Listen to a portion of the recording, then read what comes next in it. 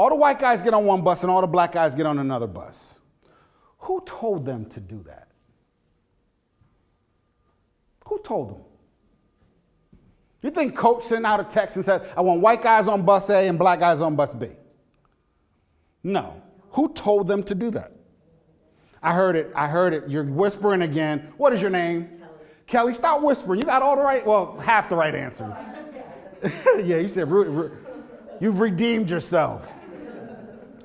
Their society. Let me use a different word.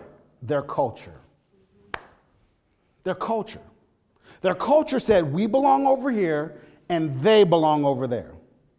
Ladies and gentlemen, let me explain something to you. Every team has a culture, a system, a set of unwritten and unspoken rules that drive their behavior, right? It's not talked about, not publicly anyway, but it's a system of beliefs and values and the ways we do things around here that drive behavior. Let me tell you something. Most of those systems, most of those unspoken rules are detrimental to the success of the team. Right, let's just look at this case, right? All the white guys got on one bus and all the black guys got on another bus. Their culture said this is what's appropriate. How successful would they have been as a team if it stayed that way? As a divided team? I'm looking for a response. How successful would they have been as a divided team? Not at all. They would have sucked. Their leader recognized what was going on and addressed it. He recognized that there was some cultural activity, some things that were kind of normal around here that was keeping them from being successful. And he addressed it. Who remembers what he said? Anybody remember what he said? You said it. Yeah, he took everybody off the bus. Everybody off the bus. I sound a little bit like him, a little bit.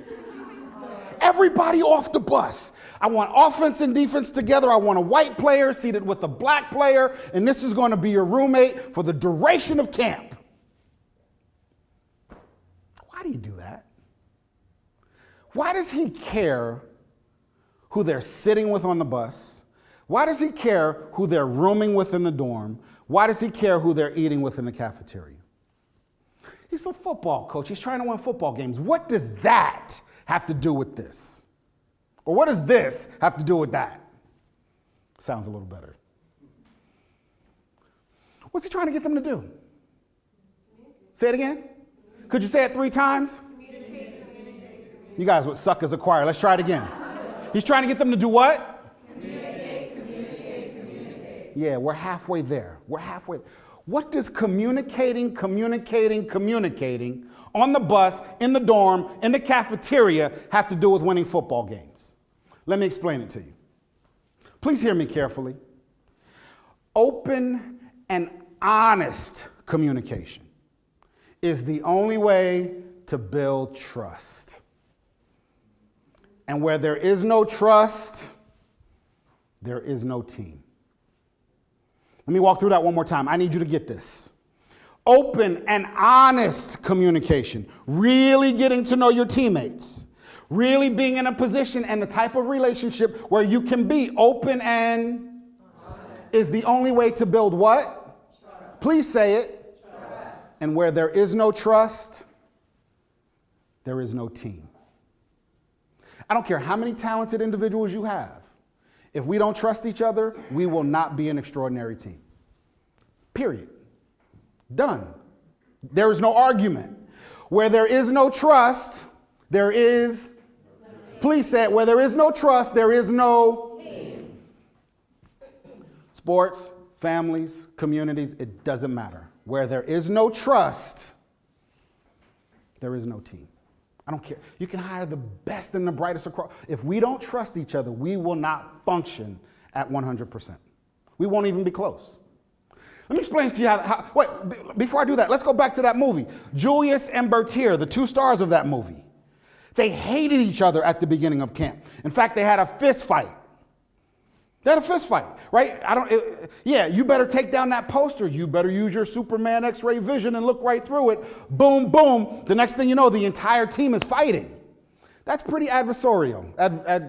That's pretty bad. Adversarial, something like that. Yeah, they were adversaries, right? But they're forced to do what? They're forced to do what? Communicate. And what happens to those two guys? They become best friends. They become two All-Americans on a state championship defense. Two guys who are very, very different at the beginning of the movie, from different sides of the track, from different races, different socioeconomic levels, different backgrounds, but they're forced to communicate. And what happens? They find out that despite their superficial differences, they both want the same thing.